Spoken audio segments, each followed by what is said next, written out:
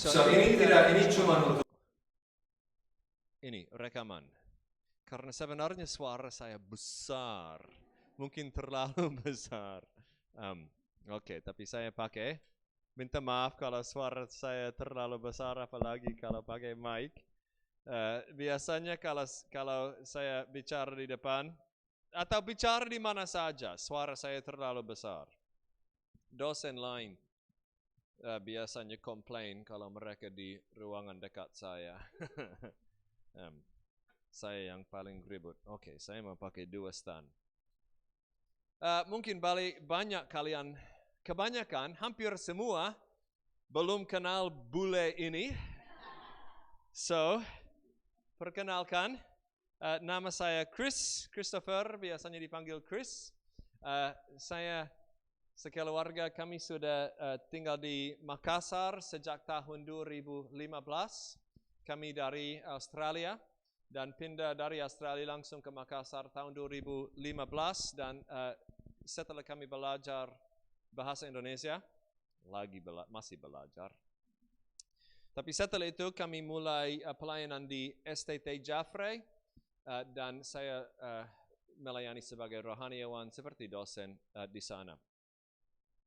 Oke, halo, aduh.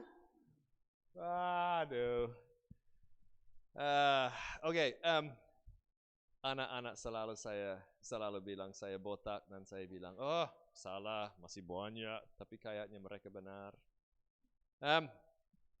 Topik kita malam ini adalah predestinasi.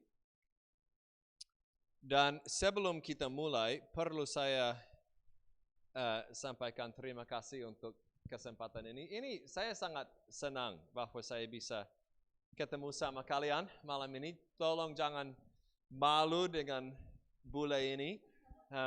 Kalau ada pertanyaan atau apa saja, ya nanti sampaikan saja. Jangan rasa malu dengan saya.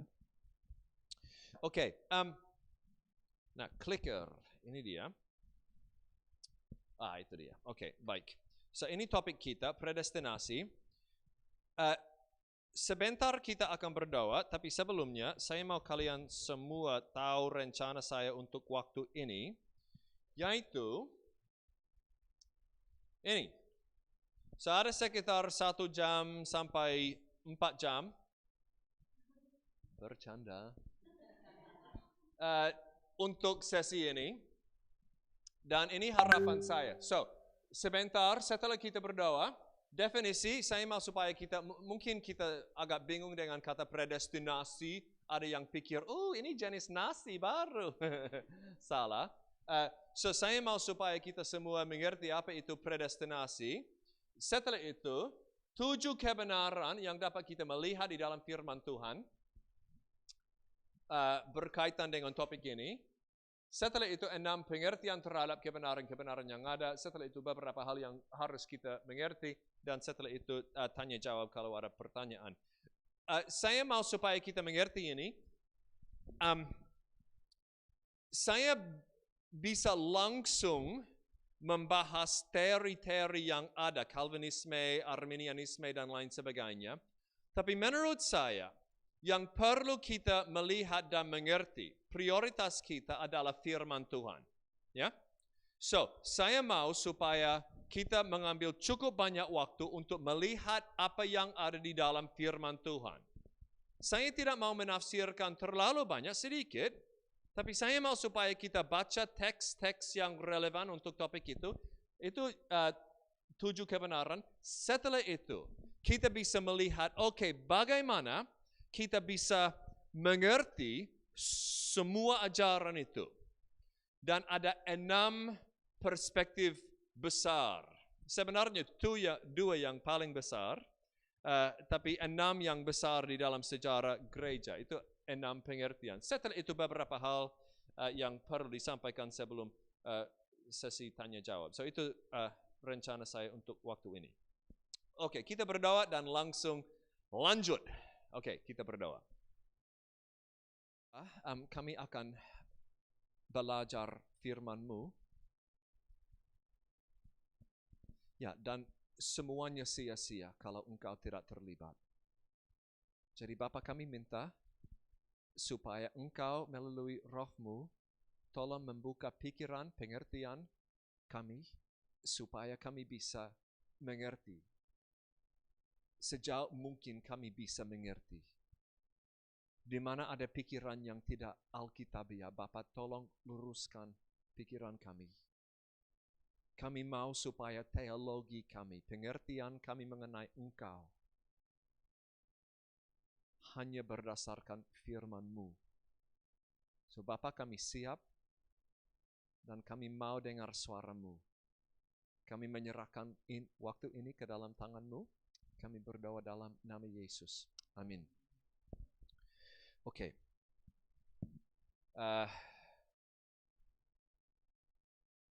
Bagaimana? Oke. Definisi predestinasi. Definisi predestinasi. Apa itu predestinasi? Sebenarnya tidak semua orang akan setuju dengan definisi ini karena ada begitu banyak kontroversi mengenai apa itu predestinasi. Tapi saya rasa ini definisi yang cukup untuk kita malam ini.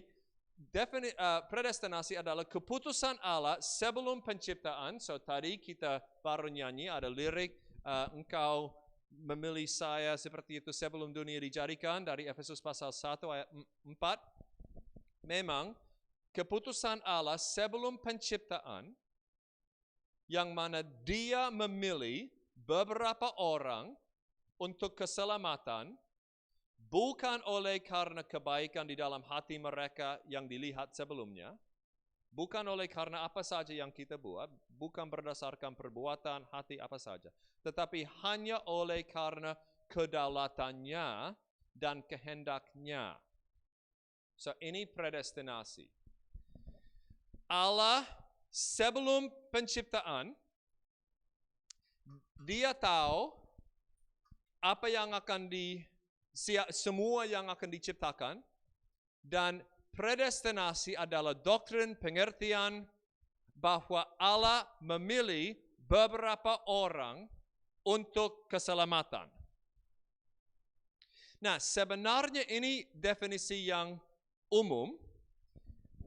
Ada banyak orang yang akan bilang sebenarnya predestinasi adalah Allah menetapkan segala sesuatu. Dan orang yang dipilih, pilihan, itu sebagian di dalam predestinasi.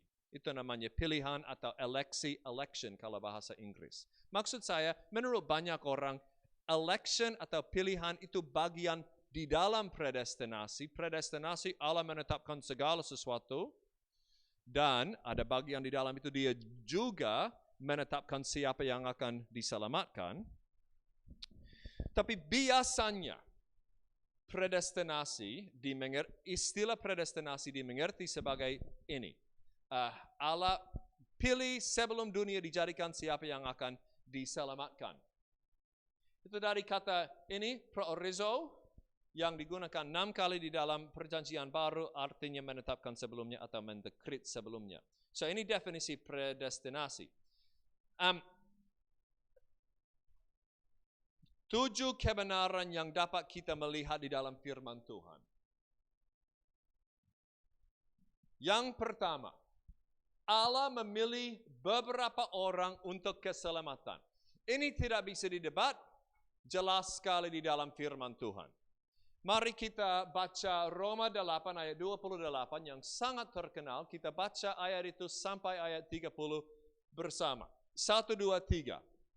Kita tahu sekarang bahwa Allah turut bekerja dalam segala sesuatu untuk mendatangkan kebaikan bagi mereka yang mengasihi Dia, yaitu bagi mereka yang terpanggil sesuai dengan rencana Allah, sebab semua orang yang dipilihnya dari semula, mereka juga ditentukannya semula untuk menjadi serupa dengan gambaran anaknya, supaya anaknya itu, menjadi yang sulung di antara banyak saudara, dan mereka yang ditentukannya dari semula, mereka itu juga dipanggilannya, dan mereka yang dipanggilnya, mereka itu juga dibenarkannya, dan mereka yang dibenarkannya, mereka itu juga dimuliakannya. So, semua orang yang dipilihnya dari semula, mereka juga ditentukannya dari semula untuk menjadi serupa dengan gambaran anaknya. Ini mengenai orang yang diselamatkan. Keselamatan dalam tulisan Paulus, dia biasanya pakai kata pembenaran, di mana ada seorang yang tidak bersalah. So, mereka yang, ini di mana ini? Mereka yang ditentukannya dari semula, mereka itu juga dipanggilnya, mereka yang dipanggilnya, mereka dibenarkan, diselamatkan. So, itu kita, dan kita sekarang ada di antara dibenarkan dan dimuliakan. Kemuliaan dalam namanya Ordo Salutis, ada langkah-langkah untuk keselamatan. Kemuliaannya setelah kematian. So, tunggu saja kita dimuliakan. So, Allah memilih beberapa orang untuk keselamatan. Ini jelas. Ya? Dia menentukan sebelum dunia dari semula beberapa orang. Oke, lanjut. Efesus 1 ayat 4 sampai 5. Saya baca. Sebab di dalam dia Allah telah memilih kita sebelum dunia dijadikan. Berarti tidak berdasarkan perbuatan kita, pakaian kita, muka saya. Tidak berdasarkan apa saja seperti ini. Dia memilih kita sebelum dunia dijadikan, supaya kita kudus dan tak bercacat di hadapannya. Dalam kasih ia telah menentukan kita dari semula oleh Yesus Kristus untuk menjadi anak-anaknya, sesuai dengan kerelaan kehendaknya, supaya terpujilah kasih karunia-Nya yang mulia, yang dikaruniakannya kepada kita di dalam dia yang dikasihinya. Ini sangat luar biasa. Kenapa kita diselamatkan? Apakah itu karena kita adalah ciptaan yang sangat luar biasa? Itu yang saya kadang-kadang dengar dari mahasiswa di Jaffrey. Salah. Kita tidak diselamatkan oleh karena kita adalah ciptaan yang sangat luar biasa. Kita diselamatkan oleh karena anugerah, kasih karunia-Nya. Kita seharusnya tidak diselamatkan. 2 Tesalonika, ini bisa? Oh, tidak bisa. Oke. 2 Tesalonika 2 ayat 13. Saya akan pilih beberapa orang untuk baca supaya tidak dengar suara bule terus. Silakan baca.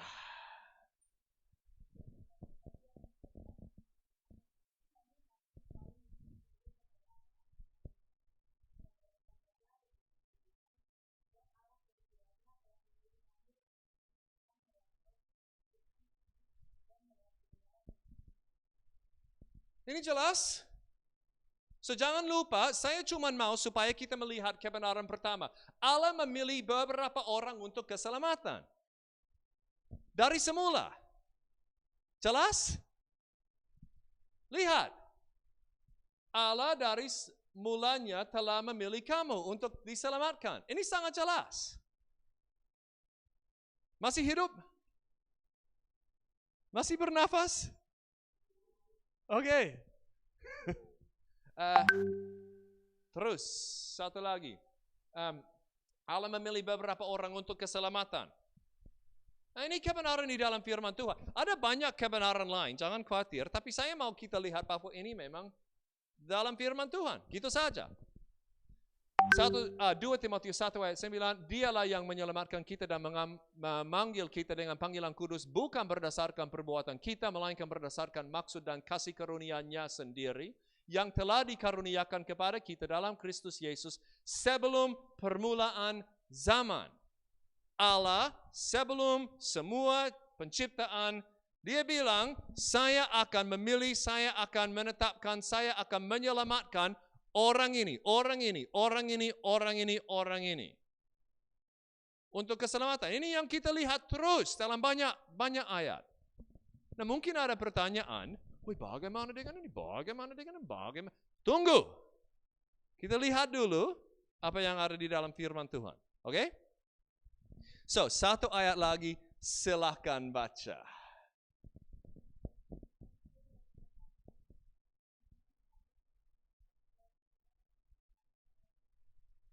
Ia telah memilih kamu. Oke, kebenaran pertama, Allah memilih beberapa orang untuk keselamatan. Saya bisa tambah ayat lagi, tapi saya rasa ini sudah cukup. Oke, kebenaran kedua, Allah dapat menentukan hal-hal sebelumnya supaya hal-hal tersebut pasti terjadi. Pasti terjadi. Kisah Para Rasul 4 ayat 27 sampai 28. Silakan.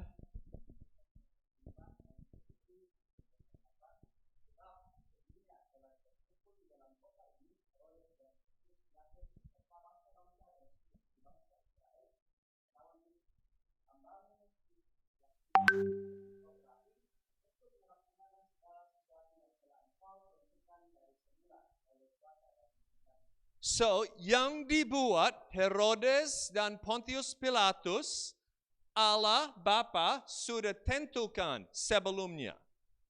Sudah ditentukan. Itu bukan di luar kehendak Allah. Waktu Herodes dan Pontius Pilatus buat apa yang mereka buat, Allah Bapa dia tidak seperti, oh saya tidak tahu itu akan jadi. Tidak sama sekali. Semuanya itu sudah ditentukan. Dengan kata lain, Allah bilang, saya mau Pontius Pilatus, saya mau Herodes buat ini. Dan setelah beberapa waktu, mereka buat itu. Itu yang tertulis. Mereka melaksanakan segala sesuatu yang telah engkau tentukan dari semula oleh kuasa dan kehendakmu. Ini luar biasa. Kisah Para Rasul 2 ayat 23 dengan kacamata. Silakan.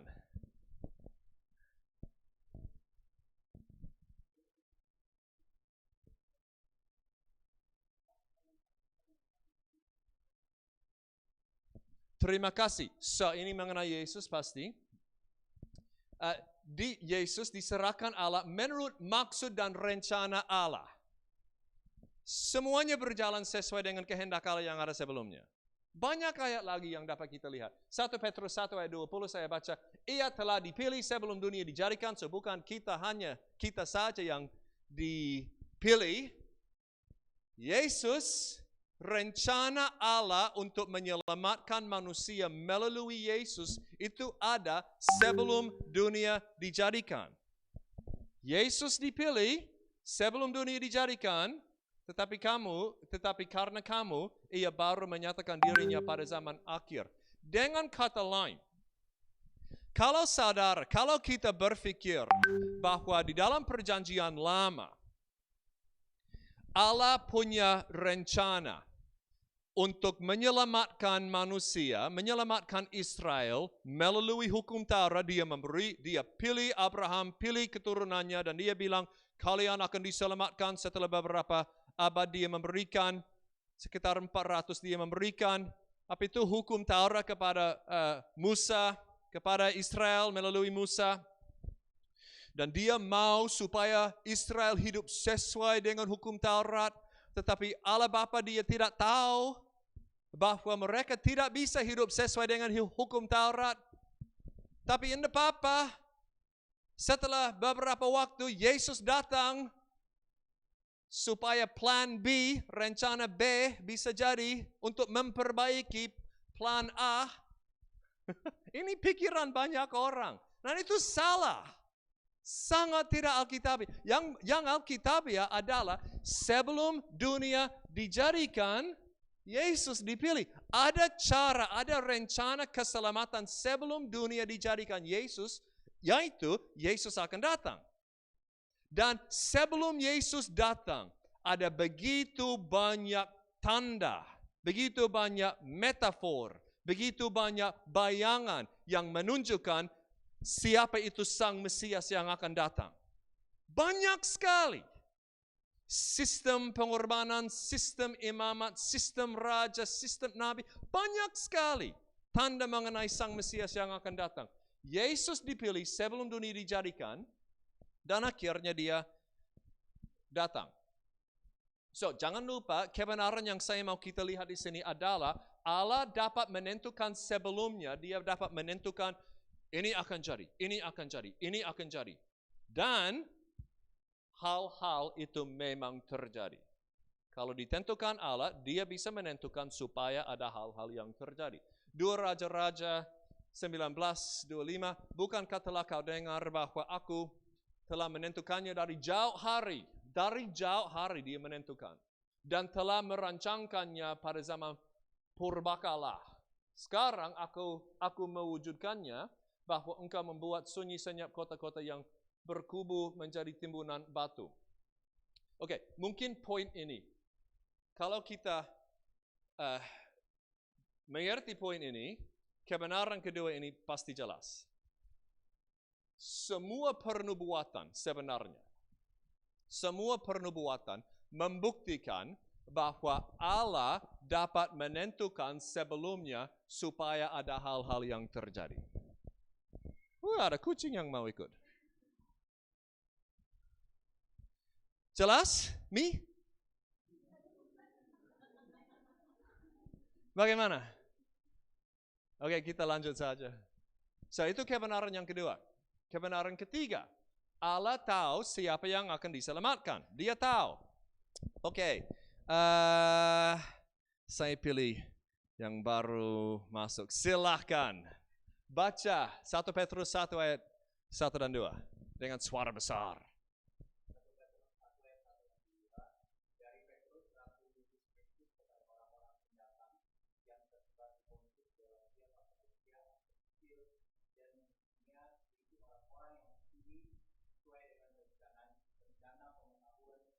Yang langsung ke Allah, ya.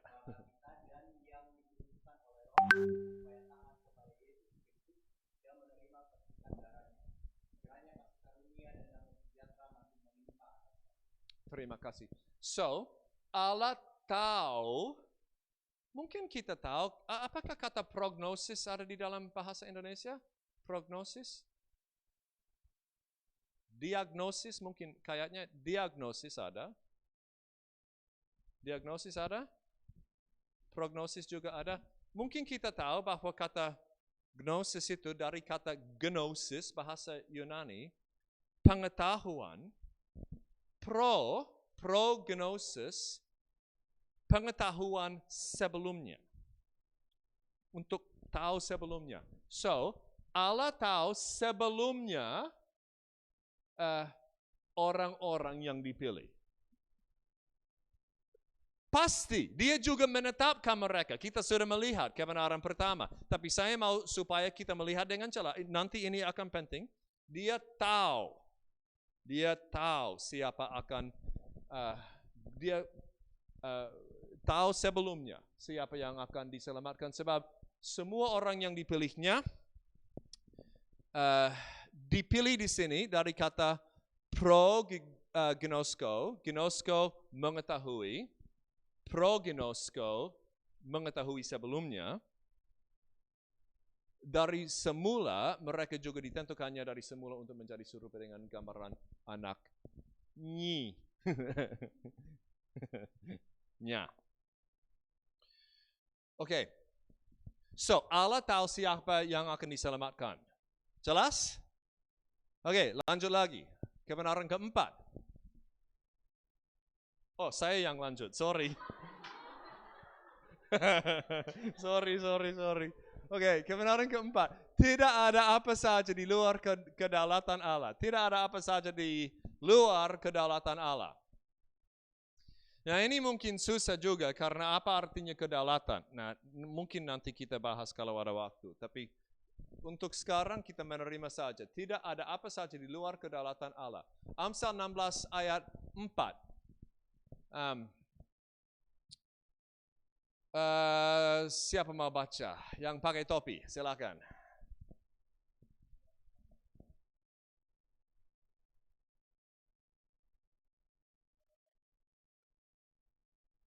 Seorang fasik tidak di luar rencana Allah.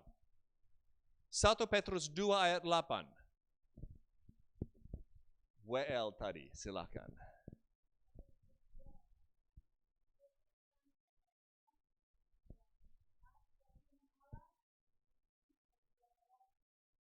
Ya.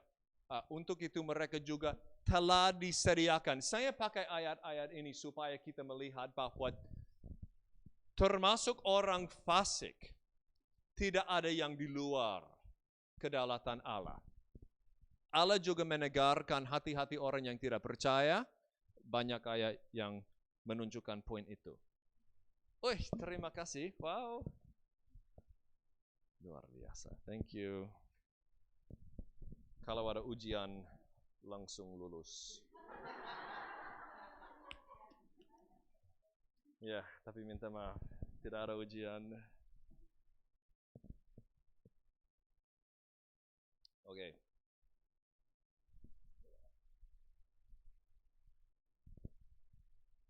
Kebenaran. Sebenarnya mungkin saya seharusnya pakai ayat-ayat lain yang membuktikan poin ini. Yang lebih jelas. Saya minta salah satu kalian tolong baca Amsal 16 ayat 30 dengan suara besar. Kalau tidak salah 30.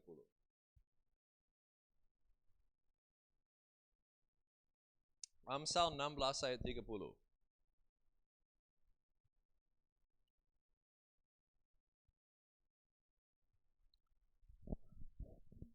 Salah satu kalian, silakan.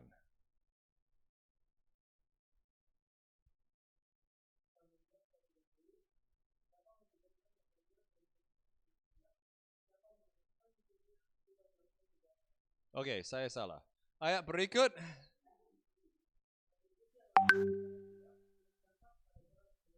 Oke, saya salah. Amsal 16. Ayat 30. Berapa ini? Tunggu. 16, maaf. 16. 33. Aduh. Ayat 33. Silakan baca.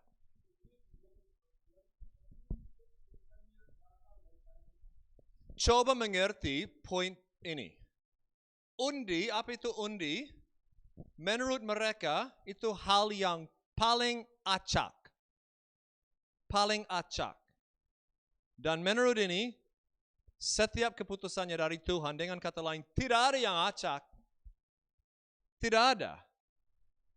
Tidak ada apa saja yang di luar kedaulatan Allah. Itu poinnya. Oke? Kita lanjut saja. Saya seharusnya pakai Efesus 1 ayat 11. Oke, salah satu kalian, tolong baca Efesus 1 ayat 11. Ini lebih jelas lagi.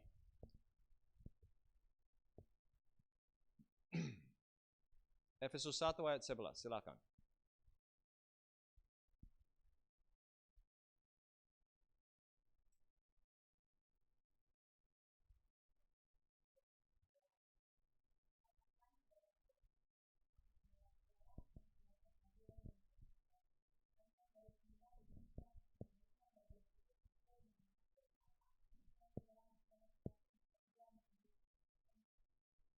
Di dalam segala sesuatu tidak ada pengecualian. Apa itu? Dalam segala sesuatu bekerja menurut keputusan dan kehendaknya. Tidak ada di luar itu. Tidak ada. Nah, banyak ayat lain. Saya rasa ini sudah cukup. Lanjut. Kebenaran kelima. Manusia bertanggung jawab untuk dosanya. So, jangan pikir, Allah sudah semuanya ada di bawah kedaulatannya. Kalau begitu, saya sudah tidak bertanggung jawab untuk dosa. Tidak begitu. Kebenaran kelima, manusia bertanggung jawab untuk dosanya. So, silakan baca Matius 25 ayat 41 sampai 43.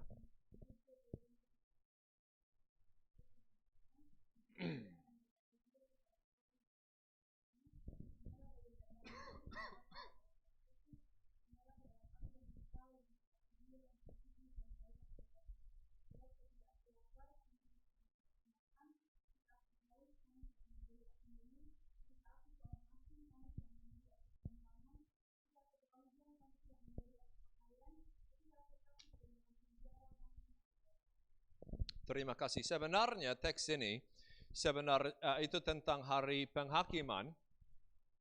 Yesus memisahkan, dia datang dengan semua malaikat dan memisahkan domba dan kambing. Dia tidak bilang kepada kambing-kambing, orang yang tidak percaya dan sebagai hasilnya tidak hidup sesuai dengan kehendaknya. Dia tidak bilang kepada mereka, oh, kalian berbuat dosa. Tidak apa-apa, Ji. Itu bukan yang dibilang.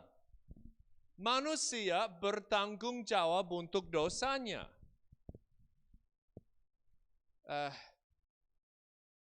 Dia berkata kepada mereka yang di sebelah kirinya, enyalah dari hadapanku, karena kalian berbuat dosa. Dan dosamu belum diampuni, tidak dihapuskan. Kalau domba, dosanya mereka masih berbuat dosa, tapi dosanya diampuni. Atau satu teks lagi, ini juga tentang hari penghakiman, Wahyu 20, saya baca, aku melihat orang-orang mati, besar, kecil, berdiri di depan takhta itu, lalu dibuka semua kitab. Mungkin kita tahu bahwa di dalam Wahyu 20, ini mengenai hari penghakiman juga. Ada satu kitab yang dibuka, kitab kehidupan. Kalau nama kita ada di dalam kitab kehidupan dan nama kita tertulis di dalam itu, ketika kita percaya dan bertobat, dan sudah ditentukan siapa yang akan percaya dan bertobat sebelum dunia dijadikan. Kalau nama kita ada di dalam kitab kehidupan, kita diselamatkan. Tapi ada kitab-kitab lain yang juga dibuka. Lalu dibuka semua kitab.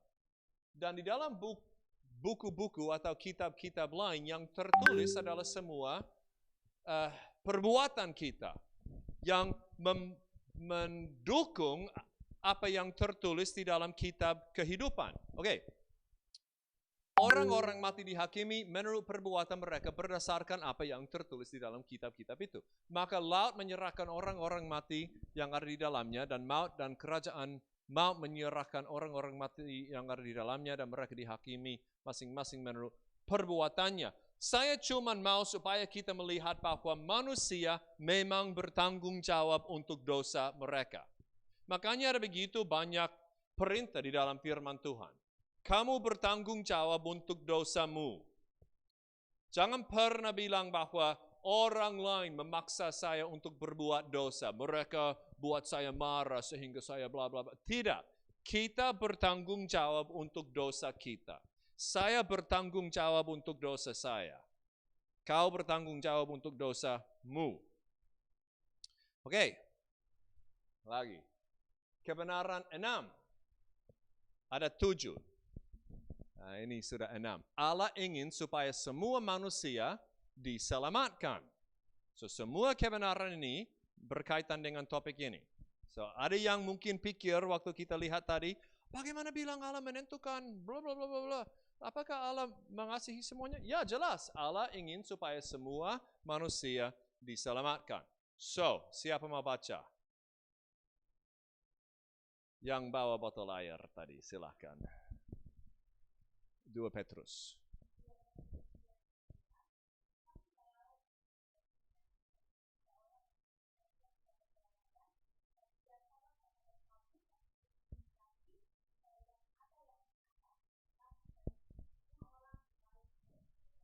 Jelas ya? Ya? Dia mau supaya jangan ada yang binasa. Dia mau itu. Dia mau supaya tidak ada yang binasa. Dia mau supaya semuanya bertobat, diselamatkan. 2 Timotius, ini salah. Seharusnya 1 Timotius 2, minta maaf. 1 Timotius 2 ayat 3 dan 4. Yang di sudut, yang pakai masker, silakan.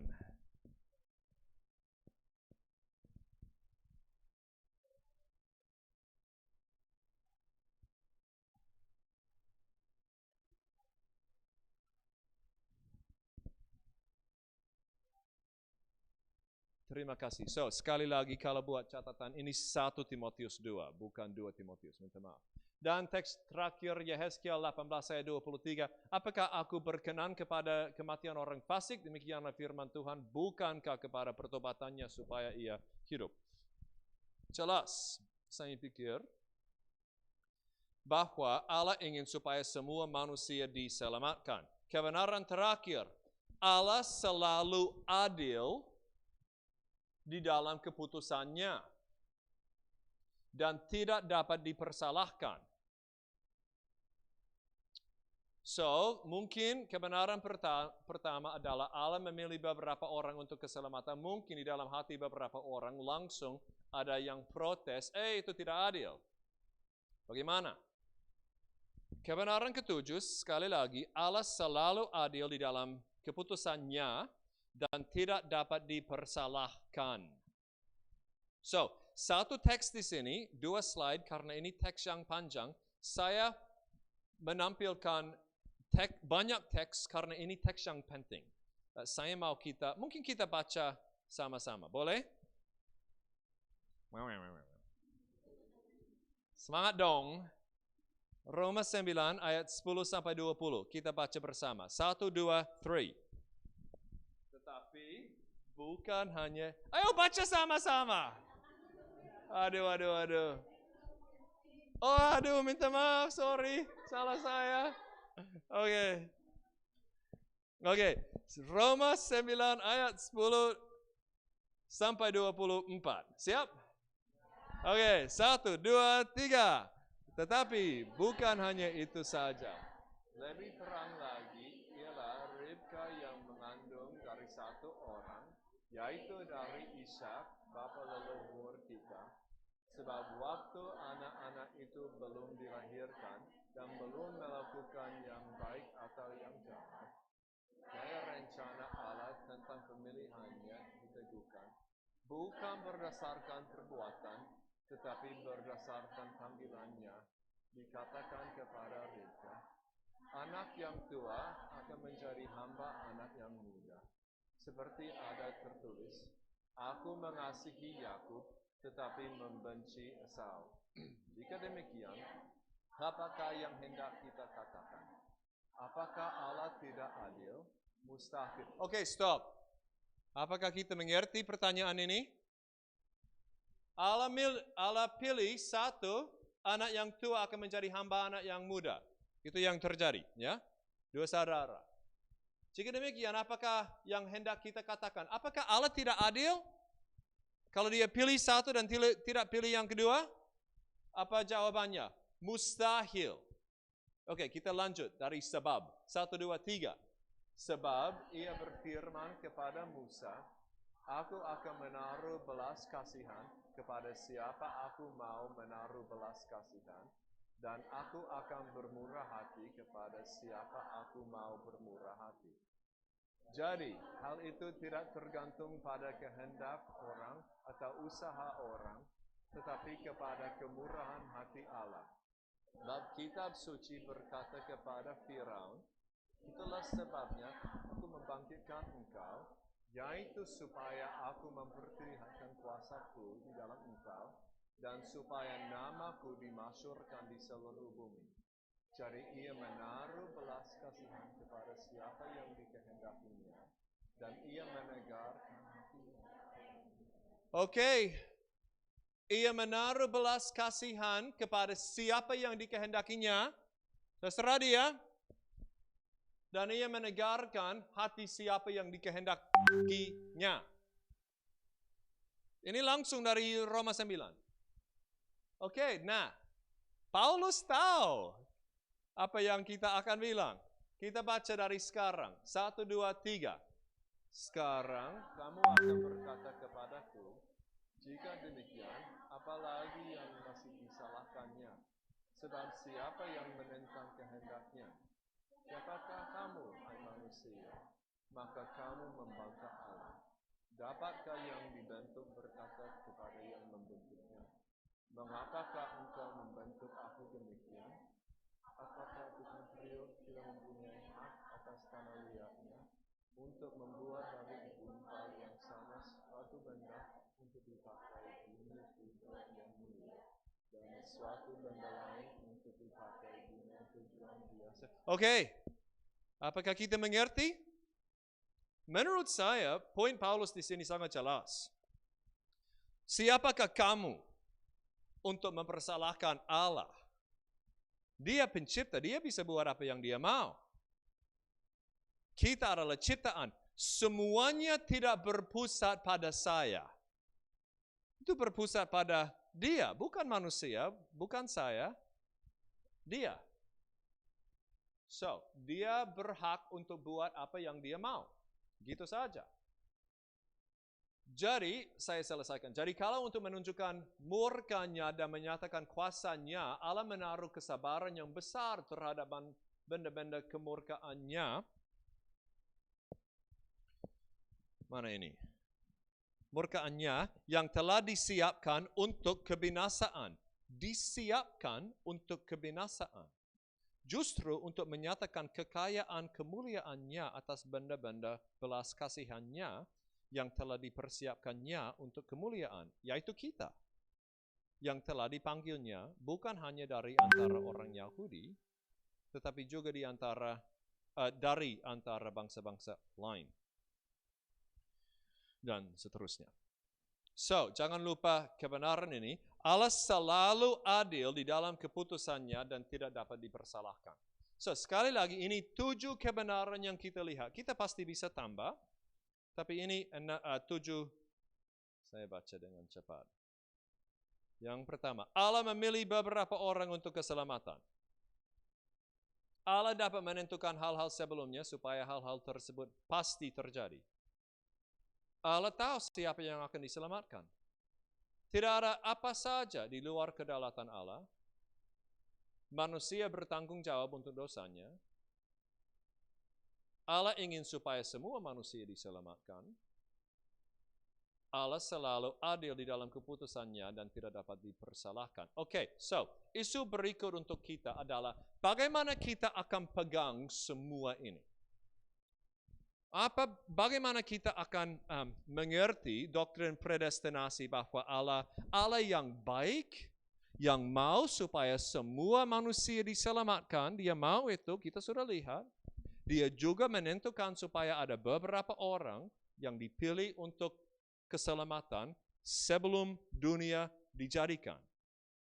Apakah itu berarti bahwa dia juga pilih yang lain supaya mereka binasa? Apakah ada free will, kehendak bebas? Bagaimana dengan semua itu? Ngerti maksudnya? Oke, saya mau supaya kita melihat 6 cara terbesar isu-isu ini dimengerti dalam sejarah gereja. Sebenarnya saya tidak mau ambil banyak waktu. Kebanyakan waktu kita sudah ambil untuk ini, ayat-ayat. Saya mau kita lihat ayat-ayat. Tapi dengan cepat saya mau kita lihat beberapa cara isu ini dihandle oleh 6 orang. Pengertian pertama, Augustinus. Menurut dia, ini ringkasan yang sangat singkat, mungkin terlalu singkat. Menurut dia, apakah kita punya free will kalau Allah menentukan sebelum dunia dijadikan siapa yang akan diselamatkan dan lain sebagainya? Apakah kita memang punya free will? Menurut dia, kita memang punya free will. Kita punya kehendak bebas. Meskipun begitu, kehendak kita ada di dalam tangan Allah dan Allah bisa bekerja di dalam kehendak manusia terpilih supaya kita percaya. Kita percaya karena kita diberi anugerah untuk memilih Dia. Nah, saya mau sangat cepat dengan ini. Mungkin ada yang akan rasa tidak puas, tapi gitu saja. Dan juga Allah memilih siapa yang akan diselamatkan. Single predestination. Maksudnya, Augustinus, menurut beberapa orang, dia menentukan siapa yang akan diselamatkan dan siapa yang tidak akan diselamatkan. Tapi hampir semua ahli tidak setuju dengan itu. Hampir semua setuju bahwa dia mengajar single predestination, yaitu Allah pilih siapa yang akan diselamatkan dan itu saja. Dia tidak dengan aktif ingin menghendaki supaya orang lain binasa. So ini pengertian Agustinus. Dia bilang kita harus pegang dua kebenaran saja.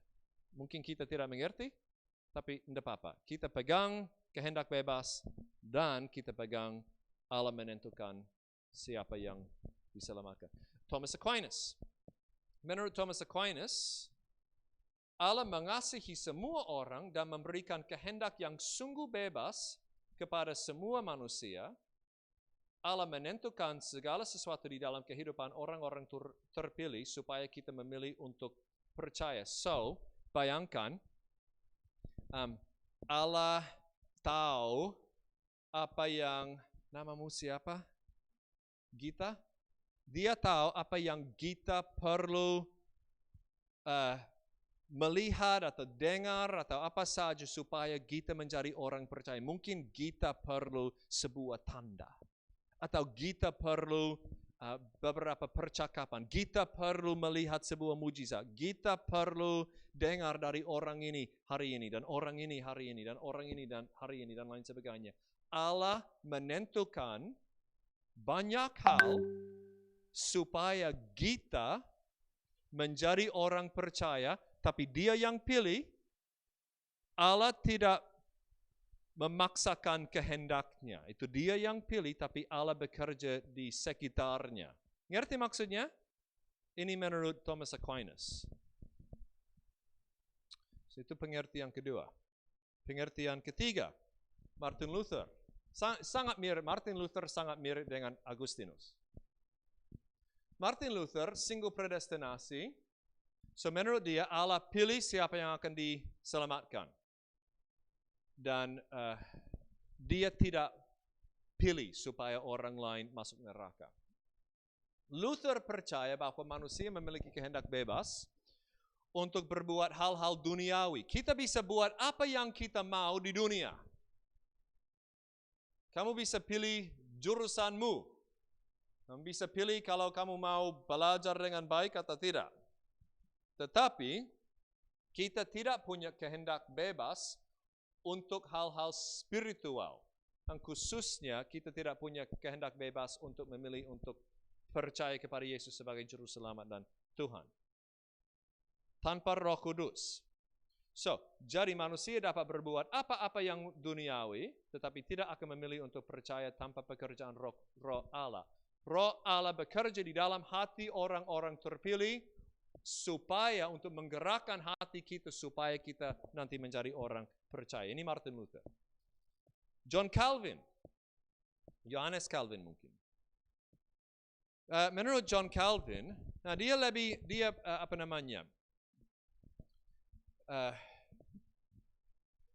dia mengajar namanya double predestinasi, di mana Allah menentukan siapa yang akan masuk surga dan juga siapa yang akan masuk neraka.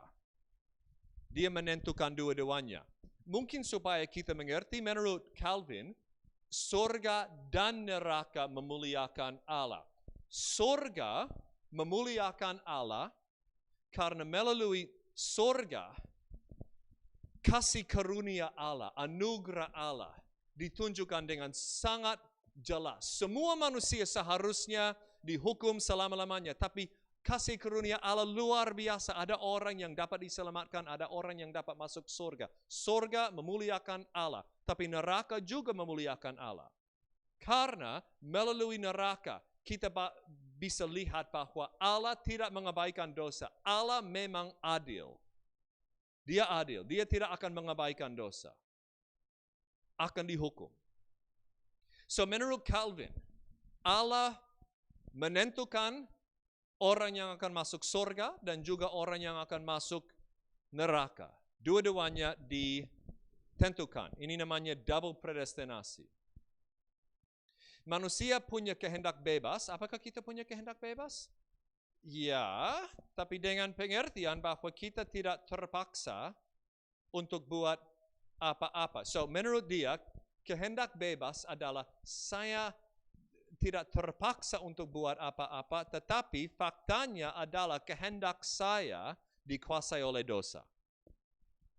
dikuasai oleh dosa. Sebelum menjadi orang percaya. Kita hanya dapat percaya oleh karena pekerjaan roh Allah di dalam kehendak kita. So, ini Calvin.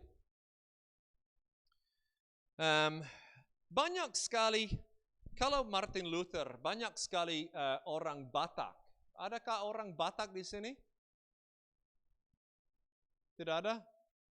Beberapa, 1, 2. Banyak sekali orang Batak dari gereja Lutheran. Karena ada, siapa namanya lagi? Nomenson. Mungkin kalian pasti tahu nama Nomenson. Dia adalah misionaris dari gereja Lutheran. Nah, ini ajaran Lutheran. Banyak kalian, saya percaya, dari gereja Reformed. Nah, gereja Reformed sering kali ikut ajaran Calvin, tapi kadang-kadang ikut ajaran Martin Luther juga. Tapi ada banyak gereja Reform yang tidak tahu apa yang mereka percaya. So, saya tidak tahu mengenai gerejamu. Tapi secara resmi, ini ajaran Calvin. Oke. Jacobus Arminius, orang dari Belanda. Aduh, minta maaf. Tanggal ini salah.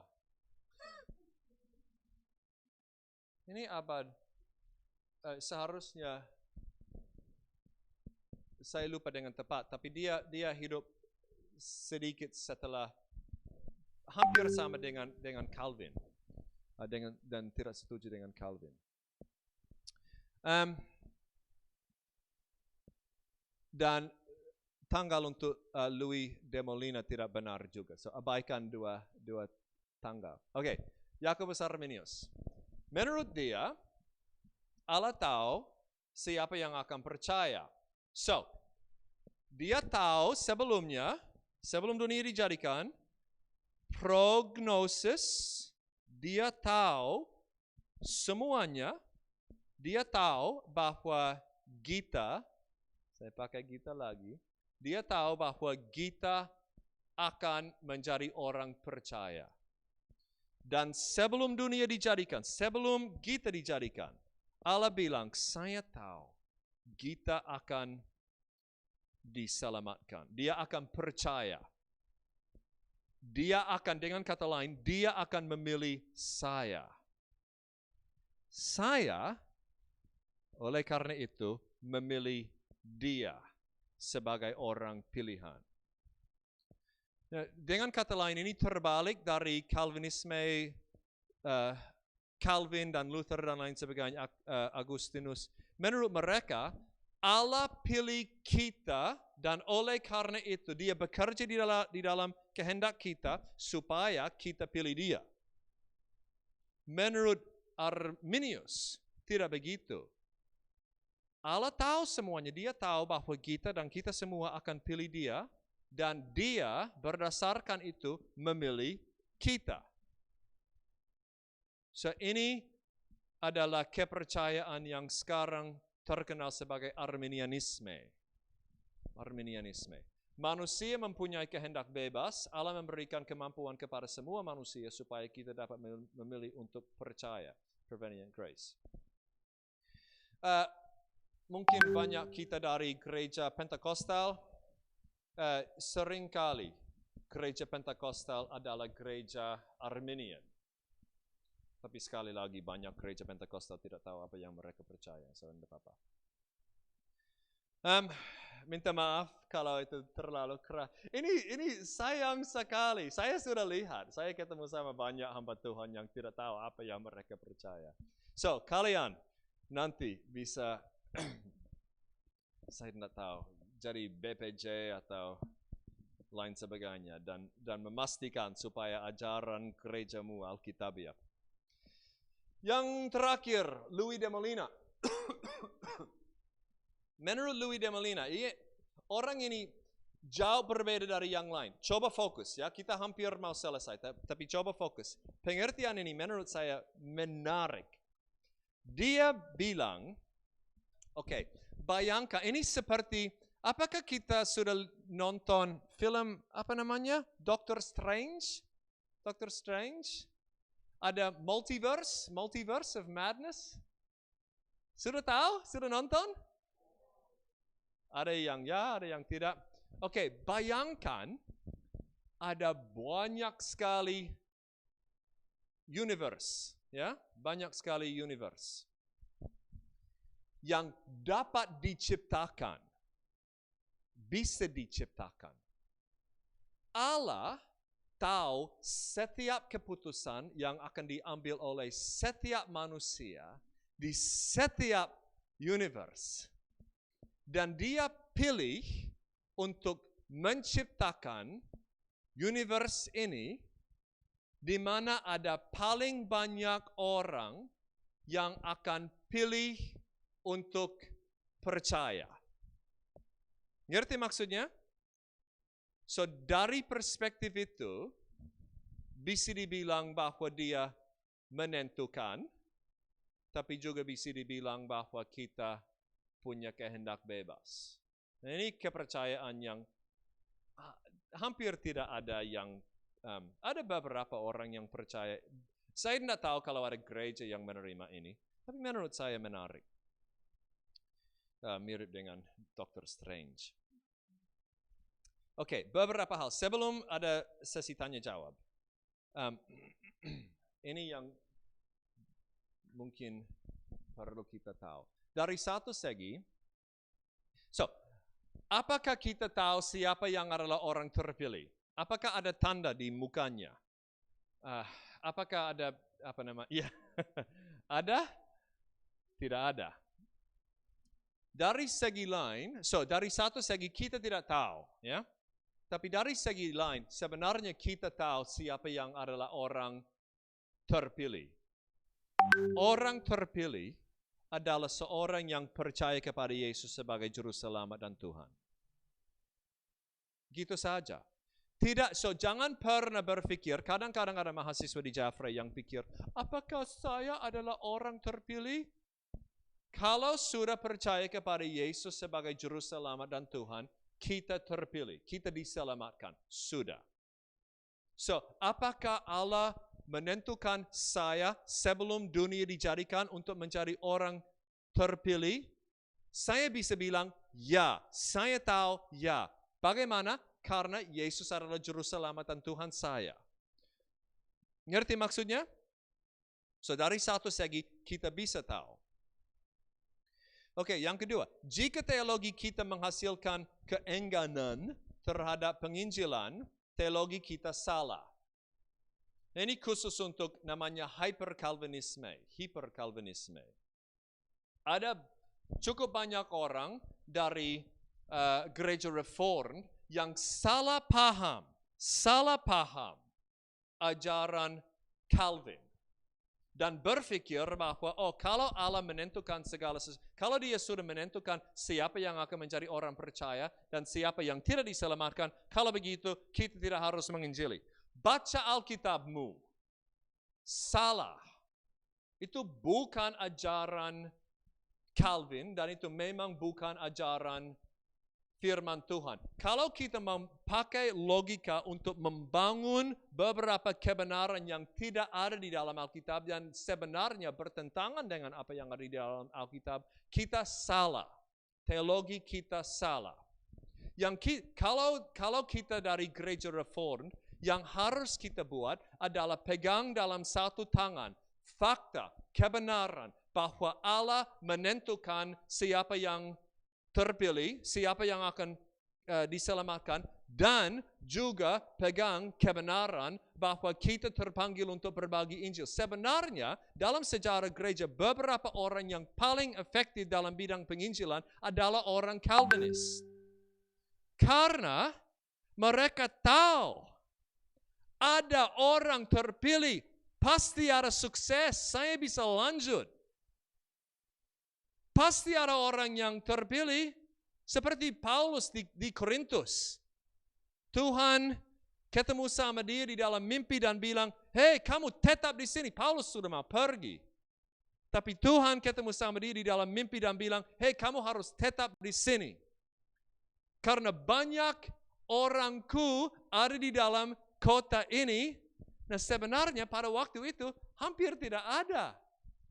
Maksud Yesus pada waktu itu banyak orang terpilih ada di sini. Jadi Paulus buat apa dia? Tetap di Korintus selama 1,5 tahun. Dia tahu pasti ada sukses. Pasti akan berhasil. So, Calvinisme yang benar mendorong kita untuk menginjili. Dan juga Arminianisme yang benar mendorong kita untuk menginjili. Kita tidak tahu siapa yang akan percaya, akan tidak percaya. Jadi kita harus berbagi Injil dengan semuanya. Sekali lagi, beberapa orang yang paling efektif dalam sejarah gereja dalam bidang penginjilan adalah orang Arminian. John Wesley. Oke, lanjut saja. Jika kita, yang berikut. Jika kita menghasilkan kepercayaan bahwa Allah tidak menjawab doa, ya. Allah menentukan segala sesuatu, jadi saya tidak harus berdoa. Baca Alkitabmu. Salah. Salah. Kalau teologimu menghasilkan di dalam hatimu, saya tidak perlu saya berdoa karena Allah sudah menentukan segala sesuatu. Pengertianmu, teologimu mengenai doa salah. Itu salah. Allah menjawab doa. Allah menjawab doa. Ada hal yang terjadi kalau kita berdoa yang tidak terjadi kalau kita tidak berdoa. Nah, kalau ini tidak masuk akal, isunya bukan firman Tuhan, isunya adalah akalmu terbatas. Saya mau ulang, ada hal yang terjadi kalau kita berdoa yang tidak terjadi kalau kita tidak berdoa. Ajaran firman Tuhan sangat jelas mengenai ini. Yang saya lihat, banyak kita mau menekankan kedaulatan Allah sampai kita tidak mau lihat ajaran lain. Ini salah. Allah menjawab doa. Banyak ayat. Oke, lanjut saja. Kita harus sadar bahwa ada hal-hal yang kita tidak mengerti. Ya, memang. Contohnya menurut banyak, saya tidak mau menjelaskan itu. Tapi memang ada banyak hal yang kita tidak mengerti. Dan sekali lagi, itu tidak berarti bahwa kebenaran tidak benar. Ini hanya berarti bahwa pikiran kita terbatas. Sangat terbatas. 2 minggu yang lalu, saya di Australia dan bicara sama seorang PhD. Saya dari bidang biblika. Dia dari bidang sains. Dia lagi menulis PhD tentang namanya astrofisika. Dan kami bicara mengenai doktrin Trinitas pada waktu itu. Dan dia bilang, ini sangat masuk akal sebenarnya. Karena fakta bahwa kita tidak mengerti doktrin Trinitas. Ini yang kita lihat di dalam bidang metafisik. Kita tidak mengerti banyak hal. Tidak berarti bahwa itu salah. Hanya berarti bahwa pikiran kita sangat terbatas. Oke, banyak lagi yang bisa saya sampaikan. Saya rasa sudah cukup. So, adakah pertanyaan? Ada berapa banyak waktu untuk pertanyaan? Masih ada waktu? Atau saya sudah bicara terlalu lama? Oke. Adakah pertanyaan? Jangan takut bule.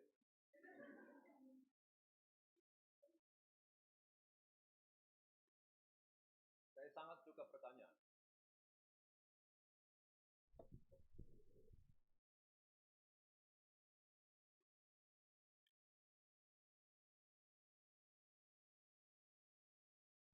Siapa di sini dari gereja Pentekostal? Beberapa. Siapa di sini dari gereja Reform? Gereja Reform? Mungkin tidak tahu. Oke, silakan. Bertanya, silakan.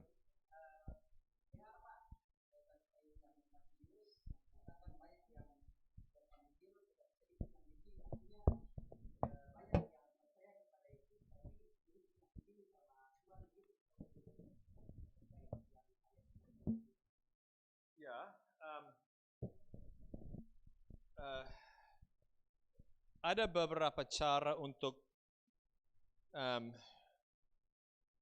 menjelaskan itu.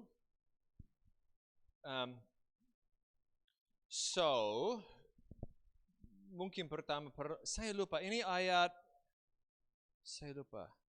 Ini setelah perumpamaan, ini ayat berapa? 22, itu dia. Ini dari perumpamaan ini, perumpamaan tentang perjamuan, kawin.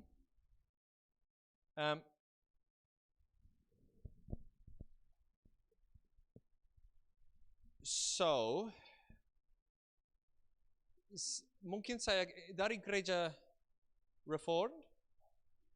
Bukan. Maksud saya ada banyak cara untuk menjawab ini dan saya mau tahu cara yang tepat.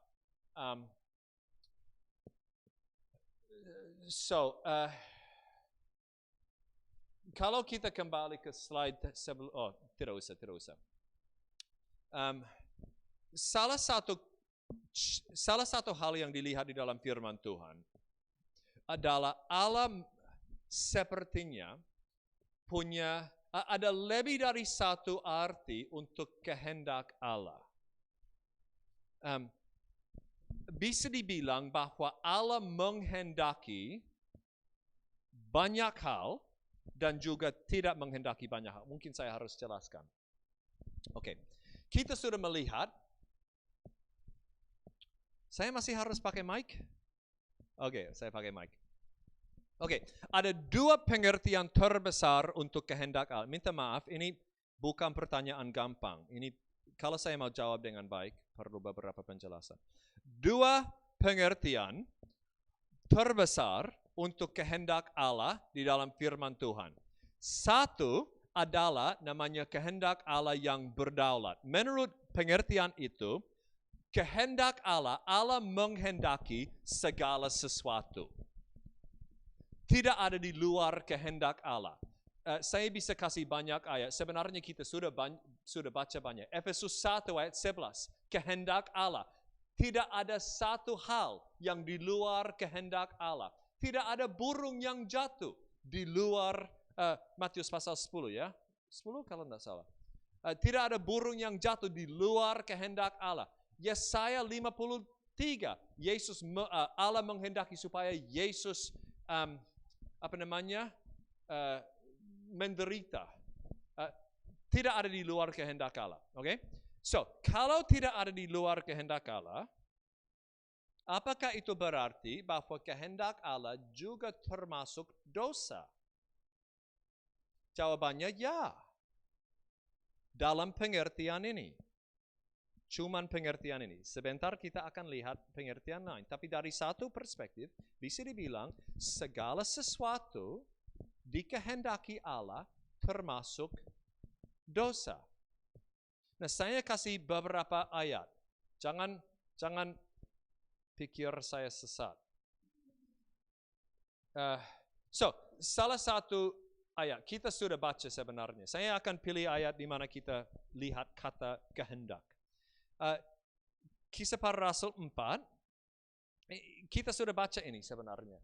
Sebab sesungguhnya telah berkumpul di dalam kota ini Herodes dan Pontius Pilatus bersama bangsa-bangsa dan suku-suku bangsa Israel melawan Yesus hamba-Mu yang kudus yang Engkau urapi untuk melaksanakan segala sesuatu yang telah Engkau tentukan dari semua oleh kuasa dan kehendak-Mu. So, apakah itu adalah dosa ketika Pontius Pilatus, Herodes dan semua di sekitar mereka waktu mereka pukul Yesus? Itu dosa.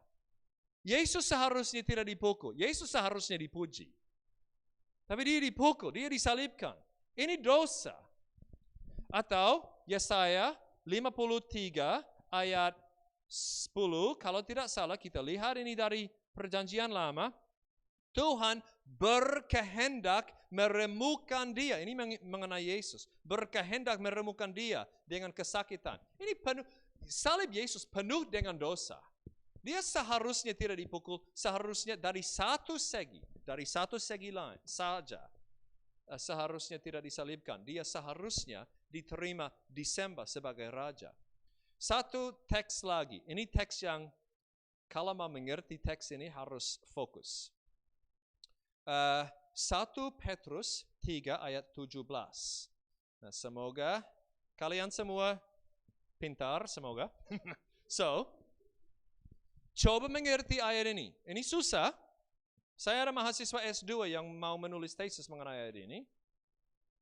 Sebab lebih baik menderita karena berbuat baik. So, dengan kata lain, ada orang yang menderita karena dia berbuat baik. Kalau kita menderita karena kita berbuat baik, ada orang yang berbuat dosa kepada kita.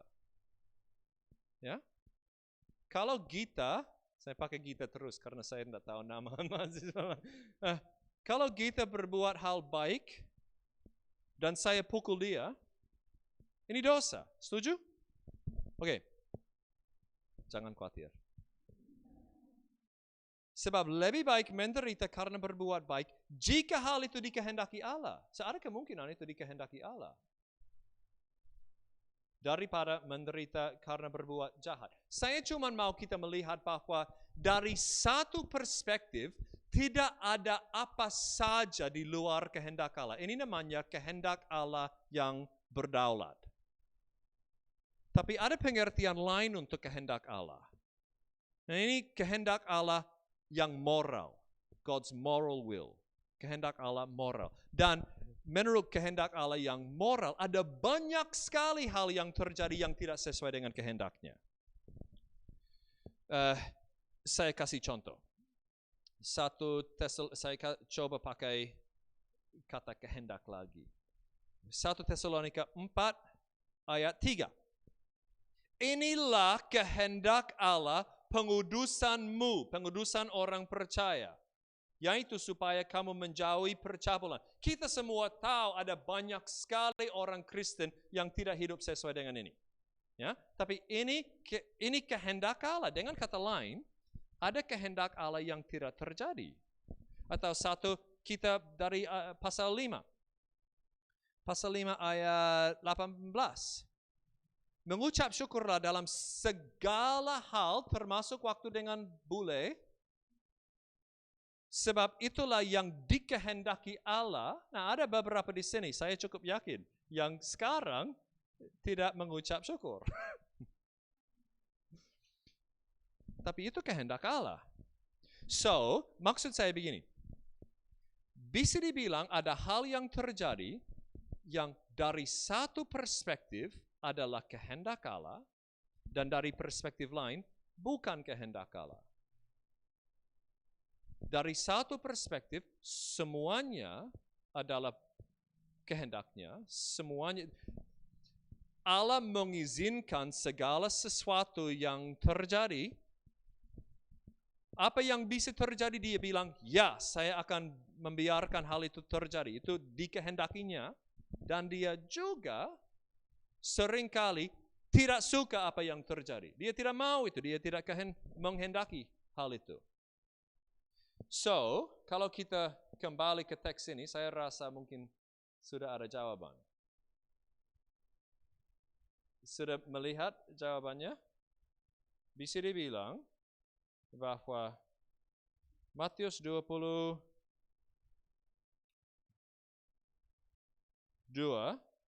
banyak yang dipanggil, tetapi sedikit yang dipilih. Bisa dibilang bahwa dari satu perspektif, Allah mau banyak, dari satu perspektif dia mau banyak dipanggil, tapi dari perspektif lain, dia menentukan hanya beberapa akan dipilih. Ngerti maksud saya? Minta maaf, itu jawaban panjang.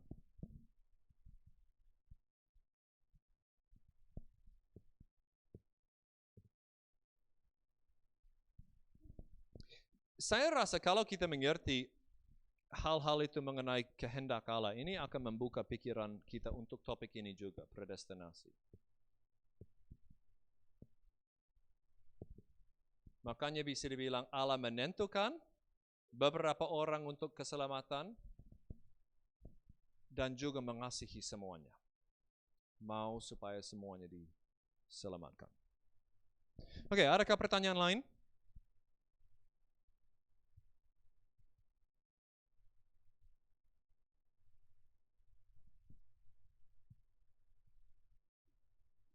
Enggak.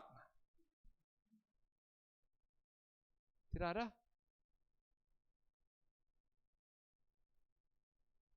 Silakan.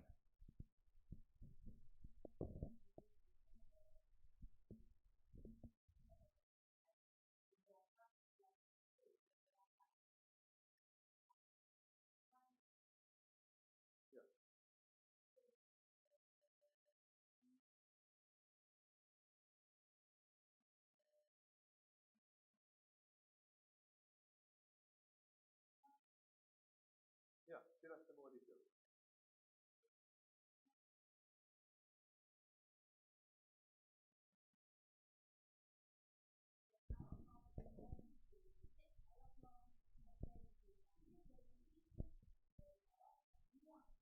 Betul.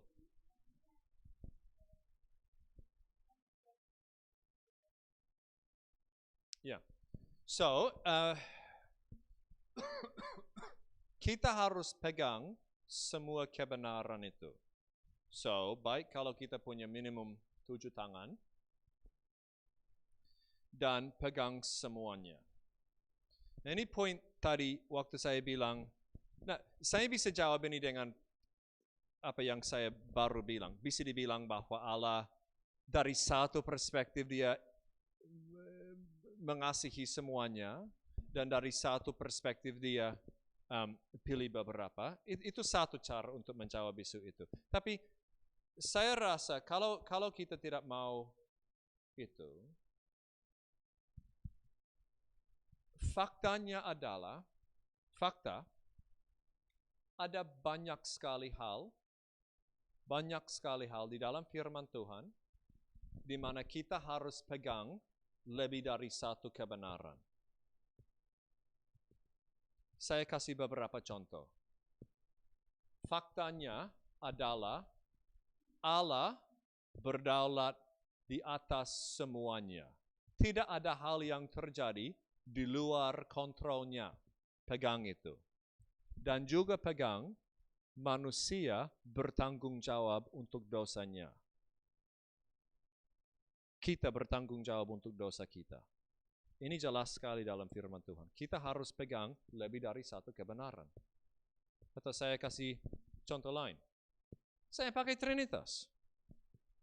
Doktrin Trinitas bisa diringkaskan dalam 3 kebenaran. Allah adalah 3 oknum. Bapa, Anak, Roh Kudus. Oknum masing-masing adalah Allah sepenuhnya. Yesus adalah Allah. Bapa adalah Allah. Roh adalah Allah. Bukan sepertiga. Yesus adalah Allah. Itu doktrin kebenaran kedua. Kebenaran ketiga adalah hanya ada satu Allah. Kita harus pegang semuanya. Nah, kalau kita mau bilang, oh ini tidak masuk akal. Apa isunya? Isunya adalah akalmu terlalu kecil. Nah, kemarin saya bicara sama teman, dia bilang, oh Pak Chris itu lumayan keras kalau bahasa Indonesia. Lebih baik kalau bilang ini melampaui akal. Oke, so mungkin itu lebih cocok di Indonesia. Ini melampaui akal kita. Tapi faktanya adalah pikiran kita sangat terbatas. Kalau kita mau bicara mengenai Allah, ini tentang kehendak Allah, ya. Bagaimana dia mengasihi semua orang, tapi juga faktanya adalah kita tidak mengerti Allah. Mungkin kita tahu bahwa dari kaum Islam sering kali ada yang bilang doktrin Trinitas tidak masuk akal, jadi seharusnya dibuang. Nah, sebenarnya tidak begitu. Semuanya tentang Allah tidak masuk akal kita. Semuanya. Saya mau jelaskan. Faktanya bahwa Allah tidak ada awal untuk Allah. Kita tidak mengerti itu. Bahwa dia tidak akan mati, tidak akan selesai. Kita tidak mengerti itu. Atau kata lain, kita punya kata maha kuasa. Ini kata saja. Kita tidak mengerti bahwa Allah bisa buat apa saja, di mana saja. Ini kata saja. Kita tidak mengerti. Kita atau maha tahu. Dia tahu berapa banyak rambut yang tidak terlalu banyak di kepala saya. Di setiap orang, berapa banyak atom ada di dalam ini dan ini dan di setiap planet dan lain. Dia tahu melihat segala. Kita punya kata maha tahu, tapi kita tidak mengerti. Kita tidak mengerti Allah atau karakter Allah. Dia kudus. Nah, kita pakai kata, tapi sebenarnya dasar untuk pengertian kata kudus adalah berbeda. Allah berbeda. Dia berbeda dari kita. Dia tidak mengerti dia. Sama dengan namanya ontologinya. Doktrin Trinitas. Sama dengan pikirannya, kehendaknya, dan lain sebagainya. Kita tidak mengerti Allah. Dia sangat berbeda dari kita. Tapi yang luar biasa adalah Immanuel. Dia sudah menjadi dekat. Dia pilih untuk menjadi manusia. Dia pilih supaya kita menjadi anaknya. Ini sangat luar biasa. So, maksud saya begini. Kalau kita tidak mengerti beberapa hal, jangan pikir, oh kalau begitu, kalau ini tidak masuk akal saya akan tolak. Jangan. Ini hanya menunjukkan bahwa akal kita adalah ciptaan yang sangat kecil. Di dunia yang sangat kecil. Yang hanya hidup selama sedikit waktu. Dan kita mau coba mengerti Allah, kita harus sadar bahwa ada banyak yang tidak akan kita mengerti. Kita harus pegang lebih dari satu kebenaran maksud saya. Bagaimana?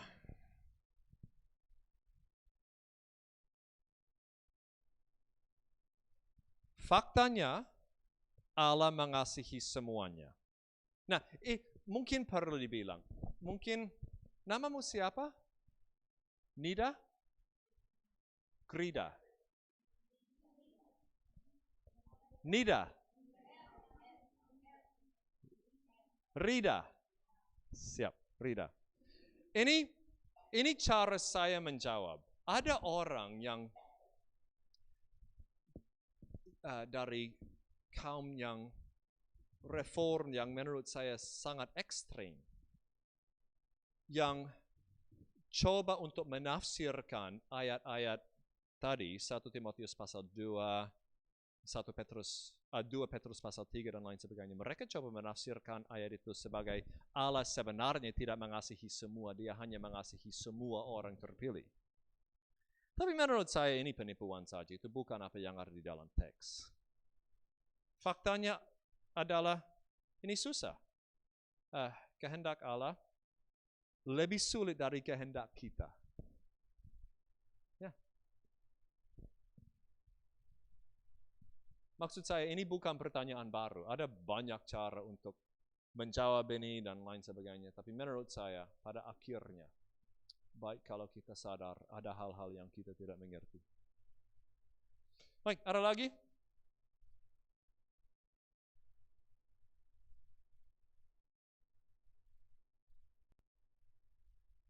Ada?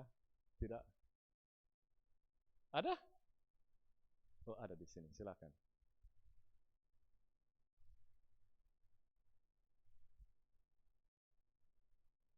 Shalom.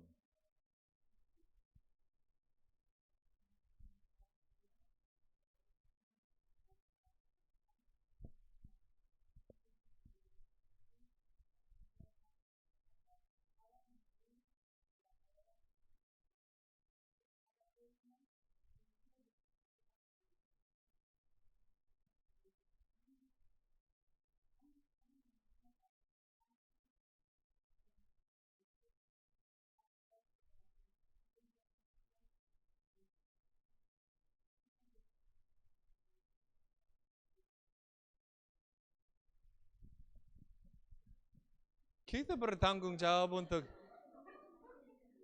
saya bingung dengan bagian terakhir itu. Kita bertanggung jawab untuk semua dosa kita. Kalau kita berbuat dosa yang sama, lagi dan lagi dan lagi dan lagi, sebenarnya kita semua berbuat dosa yang sama, lagi dan lagi dan lagi dan lagi. Setiap hari. Apakah kita, saya kasih contoh, apakah kita semua mengucap syukur dalam segala sesuatu, 1 Tesalonika 5 ayat 18 kita baru baca, apakah kita buat itu setiap detik, setiap hari? Jawabannya apa? Tidak. Dan menurut Yakobus 4 ayat 17, kalau kita tahu apa yang kita seharusnya buat, dan kita tidak buat itu, kita berbuat dosa. So, kita semua berbuat dosa yang sama lagi dan lagi dan lagi dan lagi dan lagi dan lagi dan lagi. Dan lagi. Dan lagi. Setiap hari kita berbuat dosa yang sama. Apakah ada perubahan di dalam kehidupan orang percaya? Pasti ada. Pasti ada. Kalau kita sudah sungguh bertobat, ada perubahan hati, kemauan di mana kita mau mengikuti Yesus sebagai Tuhan, so pasti ada perubahan, dan Roh Kudus bekerja di dalam kita untuk memulihkan kita, so pasti ada perubahan.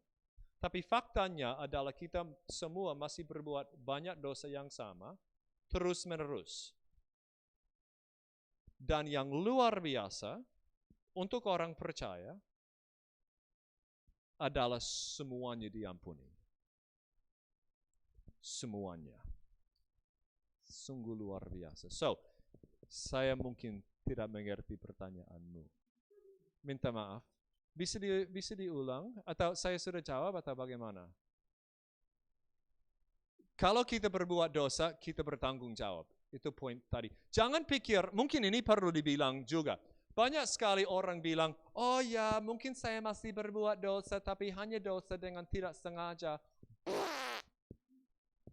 Kita semua berbuat dosa dengan sengaja setiap hari.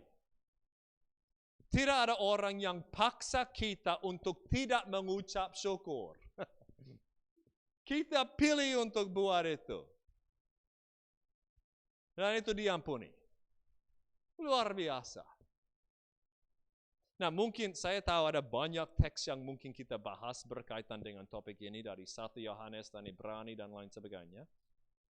Dan tidak ada waktu. Ya. Nanti kalau mau tahu lagi, ya, kuliah di Jafre. Atau nanti ada sesi lagi di sini, siapa tahu. Mungkin tidak harus ke Jafre. Ya. Hah? Ya. Oke, sudah? Atau saya rasa mungkin saya tidak mau bicara terlalu lama. Saya siap untuk terus, tapi saya juga tidak mau terlalu lama. Mungkin ada di sini yang sudah tidak mengucap syukur dalam segala sesuatu.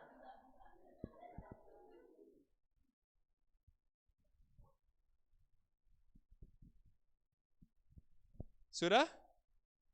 Oke, kalau begitu, saya berdoa dan setelah itu saya kembali ke WL atau bagaimana? Sudah. Saya berdoa dan setelah itu kita lihat. Kita berdoa.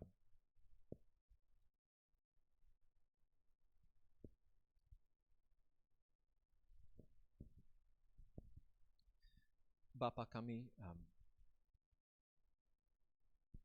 tidak mengerti banyak hal.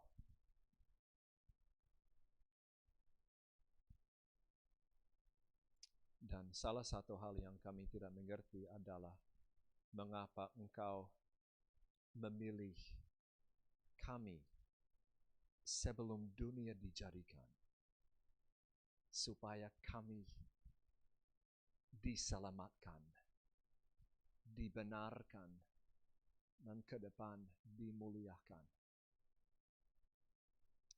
Tapi kami melihat itu di dalam firman Tuhan. Dan Bapa kami bersyukur, sungguh bersyukur Engkau Ya, yang adil kami semua dihukum. Tapi kasih karunia-Mu sungguh luar biasa. Terima kasih Bapa. Terima kasih Bapa. Bahwa detik ini semua dosa kami sudah diampuni oleh karena Yesus.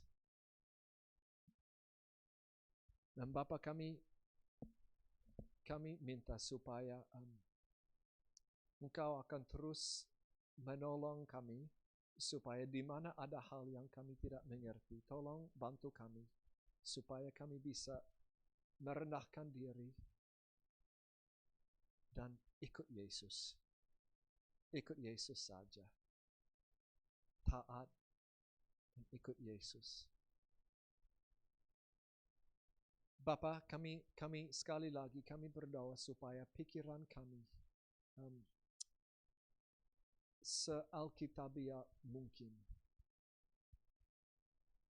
So tolong bantu kami terus. Terima kasih untuk semua yang kami sudah belajar. Kami bersyukur dan berterima kasih. Dalam nama Yesus. Amin. Udah.